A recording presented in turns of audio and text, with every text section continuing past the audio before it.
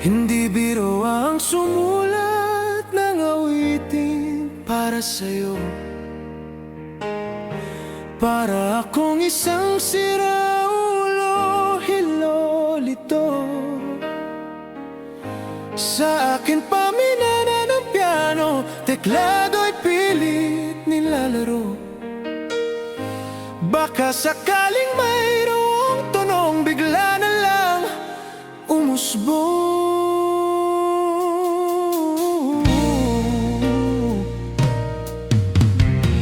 Tungkol saan naman kayang awitin para sa'yo?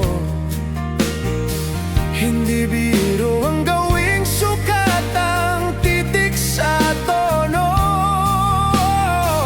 10 manaking diksyonaryo kung ang tugma'y di wasto. Basta't isipin